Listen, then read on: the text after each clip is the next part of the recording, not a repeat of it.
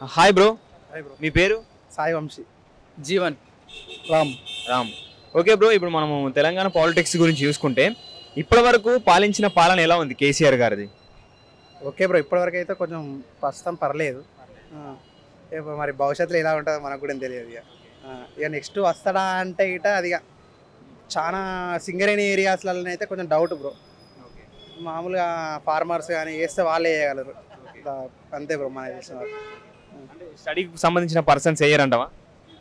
వేస్తారు బ్రో. ఇప్పుడు ప్రజెంట్ అయితే ఇప్పుడు అది ఏనికి జాబ్స్ కూడా విడిచింది కూడా, పోస్ట్ నోటిఫికేషన్స్ కూడా. అంటే ఒక చిన్న పాయింట్ అడుగుతా.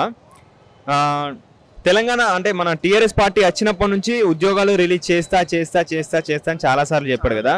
సో మరి చేశాడా? చేయలేదు బ్రో. ఇప్పుడు నెక్స్ట్ ఇయరే కదా బ్రో, మళ్ళీ ఎలక్షన్స్ ఉన్నాయి. ఇదే పాయింట్ కదా. ఇప్పుడు ఈ పాయింట్లో చేస్తే ప్రజలు అనేది కూడా, ఇప్పుడు స్టూడెంట్స్ అనేది కూడా అట్రాక్ట్ అయిపోతారు అంటే. సో అంటే నేనేమంటున్నానంటే ఇప్పటివరకు చెయ్యని కేసీఆర్ మళ్ళీ ఒక ఛాన్స్ ఇస్తే చేయగలుగుతాడా అంటే అర్థం కాలేదు నాకు. ఇప్పటివరకు నోటిఫికేషన్స్ జాబ్స్ అలాంటివి ఏం రిలీజ్ చేయలేదు కదా. సో మళ్ళీ ఒక ఛాన్స్ ఇస్తే అప్పుడు రిలీజ్ చేస్తాడనే నమ్మకం ఉందా? లేదు బ్రో, నాకు అంతగానో డౌట్ అయితే.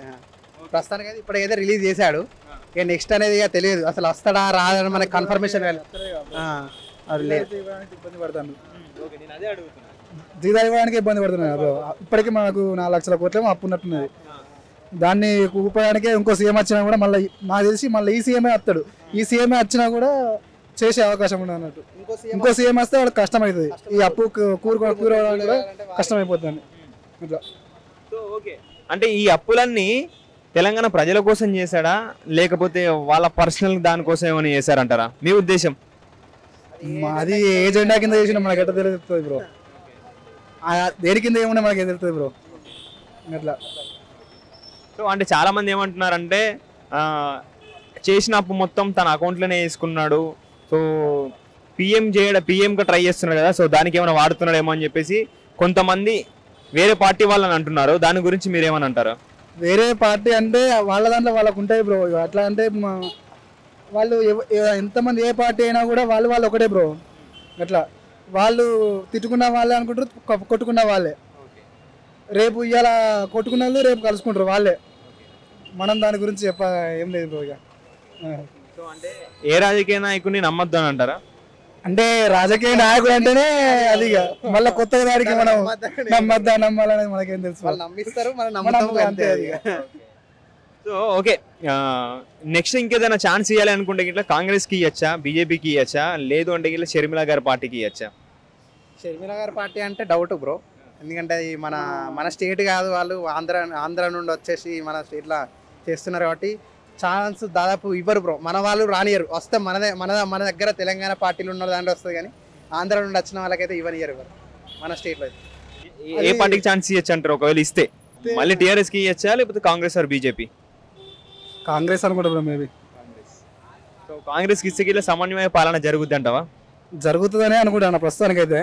ఏమో తెలియదు మరి, ప్రస్తుతానికి మనం ఎట్లా జరుగుతుందో తెలియదు. ఇక బీజేపీ సెంట్రల్లో ఉన్నది కాబట్టి బీజేపీ వస్తుంది కావచ్చు అనుకుంటా.